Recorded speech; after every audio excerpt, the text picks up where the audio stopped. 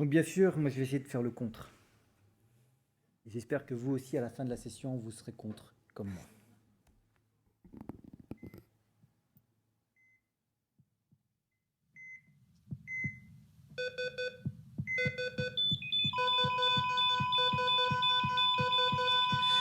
Vite, arrêt cardiaque chambre 3, allez chercher la famille. Mais non, le protocole c'est d'appeler le médecin en premier. Non, ici c'est... Oui, bon, toi, masse, défibrille, fais ce que tu veux, de toute manière il est en train de mourir. Mais va chercher la famille, c'est important. Le protocole, il dit que c'est bien pour eux et pour le patient. Vas-y.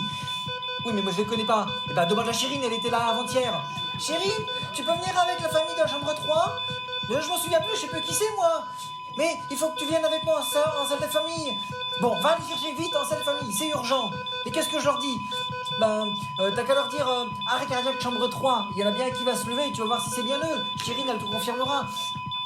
Et puis bon, pourtant on m'a dit que dans ce stage c'était super, il y avait une prise en charge géniale pour la famille en cas d'arrêt cardiaque, ils devaient être présents, mais là ils sont pas là et qu'est-ce que je fais ? Et puis il y a toujours une personne, comment elle s'appelle ?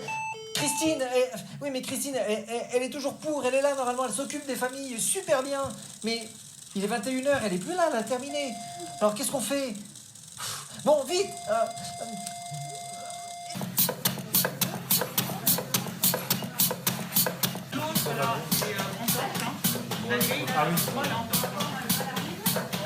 Concrètement, qu'est-ce qu'on peut lui faire de bien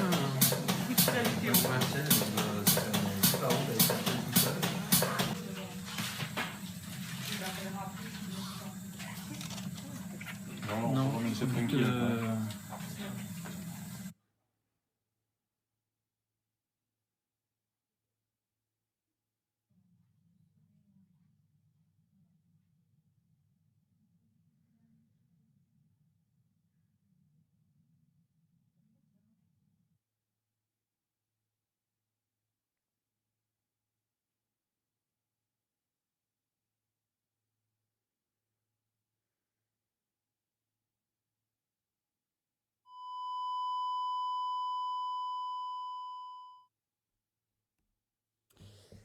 Alors difficile de faire le contre quand même moi je suis pour. Mais bon, Christine et la pédiatrie, forcément, c'est plus évident et c'est souvent en préhospitalier et en pédiatrie que la présence de la famille et l'intérêt des publications sont pour. Et hier, Patricia Jam nous présentait son travail sur effectivement la présence de la famille lors de la réanimation cardiaque. Effectivement, c'était en préhospitalier et ou en pédiatrie. Donc difficile pour moi de relever ce défi parmi toutes ces publications, mais je vais quand même le faire pour vous. Alors, quelques petites questions et en règle de prise en charge dans une situation critique. Combien de mots on retient lors d'un arrêt cardiaque ? Souvent, avec l'effet tunnel, très peu. Combien sont ouverts là dans la salle, non pas en 24 heures sur 24, mais en strict, en 2 ou 3 heures ? Combien ? Bon, pas beaucoup. Ok. Qui est aux normes du ratio infirmier-patient ? Super. Qui a un turnover élevé en réanimation ? Génial. Est-ce que la communication est un facteur efficace, un facteur humain efficace en situation critique ? Vous allez répondre oui, normalement. Qui a déjà inclus en réanimation adulte la famille pendant la réanimation ? 3. Qui a fait un débriefing avec son équipe après un accompagnement d'une famille qui a été présente ? Ils sont tous de pédiatrie. Ok, pour la pitié. Qui a une personne dédiée, comme on l'a appelé le facilitateur, pour gérer la famille, en plus du personnel présent pour la réanimation ? Une seule. Est-ce que faire de la simulation pour s'entraîner ? Des études de cas, jeux de rôle, vous en faites. J'espère. Qui gère la famille en cas de malaise, de vomissement, parce que ça, on n'en a pas parlé.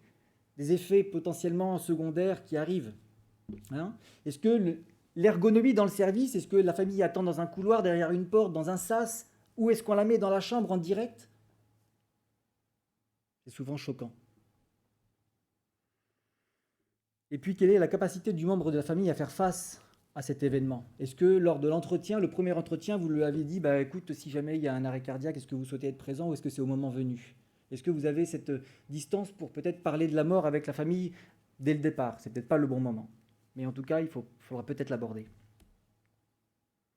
Et donc, quelques études ont montré effectivement des soutiens mitigés de la part des soignants. Hein. Est-ce que la réanimation était peut-être finalement trop traumatique à observer par la famille? Et donc, on a parlé du stress post-traumatique de la famille qui, souvent, quand elle est présente, effectivement, marque un marqueur plutôt en faveur de la présence, mais quoique. Et puis, l'espace disponible. Combien vous êtes pour une réanimation? Allez, 4-5, quand c'est pas 10. Dans cette chambre, on la met où, la famille? Au massage? Et donc, certaines études qui sont sorties, là c'était une review, effectivement, il y avait 2 discours, et un des discours qui était plutôt en faveur de la protection de la famille. Mais le discours était plutôt, qui faisait ressortir des mots comme c'était inconfortable, c'était des émotions fortes, c'était inquiétant, c'était traumatisant, choquant, horrible, insupportable. Et puis, ça arrive. Moi, ça m'est arrivé personnellement. Elle était là au moment où ça s'est passé, mais bon, elle a vomi devant moi et j'ai bien dû faire face. Et puis, si on n'a pas le facilitateur, parce qu'on a parlé de turnover, on a parlé de pénurie d'équipe, on a parlé de jeunes infirmiers, qui gèrent un malaise vagal de la famille qui était présente? J'arrête de réanimer, je m'occupe de la patiente ou de la famille? Et si elle vomit sur moi dans le couloir? Sans parler des crises d'hystérie et souvent peut-être de l'agression de la famille, quand parfois ça va à l'encontre de ce qu'elle pense. Dans la même étude, on ressort. J'avais peur de distraire l'équipe. C'était inconfort, stress. Souvent, les manœuvres de réanimation duraient plus longtemps que la normale. Est-ce que c'est la bonne application des bonnes pratiques de recommandation? Souvent, ça augmente la charge de travail. Il faut s'occuper et du patient et de la famille. Et puis, quand on a vu que ça pouvait inhiber la communication au sein même de la team qui fait la réanimation, alors que la communication est un facteur efficace dans les situations critiques. Et puis surtout, il y en a qui rapportent qu'ils avaient la peur d'être agressés par la famille. Et donc ce sentiment d'être observé, agressé, forcément ça les mettait peut-être dans un sentiment de moins bonne capacité à faire la prise en charge. Peut-être les remettre en doute sur la réalisation des gestes techniques. Et donc sommes-nous assez nombreux pour faire face à ces types qui peuvent arriver par moments? C'est pas dit que c'est le quotidien, mais ça peut arriver. Et quand c'est la nuit, en sous-nombre, quand c'est le matin, notre cadre, Chirine, peut-être viendra nous appuyer, mais en tout cas, voilà. Et puis, parlons de l'espace. Moi, je la mets où, la famille? Alors, certes, c'est mon unité à gauche, mais les vitres qui sont là, c'est les vitres des autres chambres. Ils ne vont pas aller dans la chambre de derrière pour faire comme une viscopie, puis regarder, avec un facilitateur. On la met où? Venez. Difficile. Alors peut-être qu'entre la visite du matin à 10h et puis le chariot de ménage, on voit que la porte à droite, effectivement, il y a une fenêtre, la famille peut être dans le couloir. Est-ce que c'est confortable pour un facilitateur, un aidant, soignant, être là pour parler peut-être de choses délicates, de commenter les choses avec une famille? Je ne crois pas. Alors effectivement, sur Nancy, j'ai trouvé ça qui est intéressant. Et là, effectivement, éventuellement, on voit un sas, on voit une chaise, et dans ce sas, il y a accès aux chambres. Donc ça fait un petit, peut-être recoin, un endroit un peu isolé pour peut-être être avec la famille à ce moment-là. On retrouve effectivement que tous les membres de la famille ne souhaitent pas être présents, et comme on l'a bien vu, et j'en ai discuté ce matin avec Paolo, en pédiatrie, effectivement, il faut s'adapter au cas par cas. Il n'y a pas de règles ni de procédures. Et puis parfois la présence peut nuire aux efforts des réanimateurs et des gens qui gravitent autour. Et puis là, dans cette conférence de consensus, je n'ai pas retrouvé la présence de la famille, certes, il y a 20 ans. Cette étude plus récente de nursing, alors c'est une étude phénoménologique. J'ai volontairement grisé la partie, mais vous pouvez lire la partie grise, parce que c'est effectivement cet équilibre qu'on doit trouver. Mais globalement, la présence de la famille peut être destructeur dans la prise en charge de l'arrêt cardiaque. Ça interfère avec la réanimation, ça perturbe l'orientation de l'équipe dans l'organisation. Il peut y avoir des disputes. Et donc peut-être souvent une image négative que l'équipe peut transmettre à la famille. Et souvent, c'est redit ici, augmentation du temps de réanimation. Ça va à l'encontre des règles de bonne pratique. Donc finalement, la présence de la famille, c'est une arme, oui, mais à double tranchant. Et puis, quand on parle de QVT, qualité de vie au travail, ça augmente le stress. Si on a plus de stress, on est moins bien opérationnel. Pourquoi se surcharger de stress avec une présence de la famille ? Je suis nouvel arrivant. Il y a un arrêt cardiaque, malheureusement ça tombe sur moi. La famille, j'ai pas de distance, j'ai moins de tact à faire. Je ne sais pas comment l'aborder, quoi dire. Il n'y a pas de facilitateur. Christine, elle est partie, il est 21h. On l'a vu. Qu'est-ce que je dis ? Je les laisse là regarder et je m'en occupe pas. Ça va majorer mon stress. Et ça, j'en veux pas, c'est pas bon. Donc, certains verbatims étaient là. La réanimation, c'est un mouroir. J'ai l'impression qu'il n'y en a pas beaucoup qui s'en sortent vivants. Donc, ça peut être aussi traumatisant pour les familles qui voient ça, qui assistent. Et pour nous, soignants, infirmiers, aides-soignants, toutes les personnes qui gravitent autour, être confrontés face à la mort, combien vous travaillez en 8 heures ? 6 jours sur 7 ? Parce que vous n'avez pas eu le repos ? Allez, de 3 à 6 jours sur 7. Être confronté à la mort. On en parle de la sécurité psychologique ? Est-ce que vous avez été débriefé ? Est-ce que vous avez la présence peut-être de psychologues, de soutien psychologique pour justement faire face à l'émotion de la famille quand vous l'avez prise en charge peut-être ? Et puis derrière, vous rentrez seul.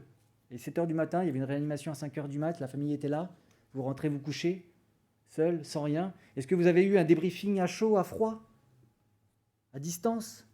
Est-ce que quand on sait qu'il y a peut-être un protocole, on en a parlé, d'une procédure, ce serait peut-être bien. Et quand on sait que même un protocole de sédation, ça fait 20 ans qu'on en parle, que ce soit géré par les infirmiers, et est-ce que c'est mis en place ? Oui, ça augmente. Mais est-ce que c'est réalisé ? La réponse, elle est non. Donc, on parle de sédation, d'un soin courant. Parlons de la famille lors d'un arrêt cardiaque. Impensable. Donc finalement, peut-être que le protocole ne sera pas respecté. Donc est-ce que finalement c'est utile d'en faire et d'avoir la famille à côté de nous ?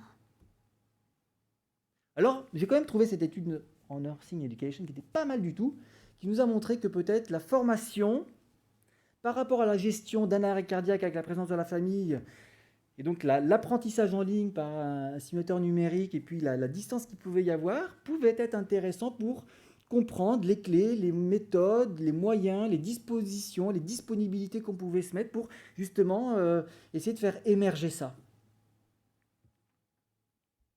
Et donc, en termes de conclusion, à tous les soignants, préservons-nous pour durer dans le temps. Prenons soin de nous, parce que chaque moment compte. Donc soyez, vous aussi, contre la présence de la famille lors d'un arrêt cardiaque pour justement éviter la surcharge de stress, le burn-out, l'émotion, la sécurité psychologique, les mauvaises pratiques, alors qu'on nous dit « il faut faire » et on est ici pour dire « il faut bien faire ». Mais par contre, moi je suis pour, et j'espère que vous aussi, si vous encadrez la présence de la famille lors de la réanimation, qu'elle soit en pédiatrie ou chez les adultes.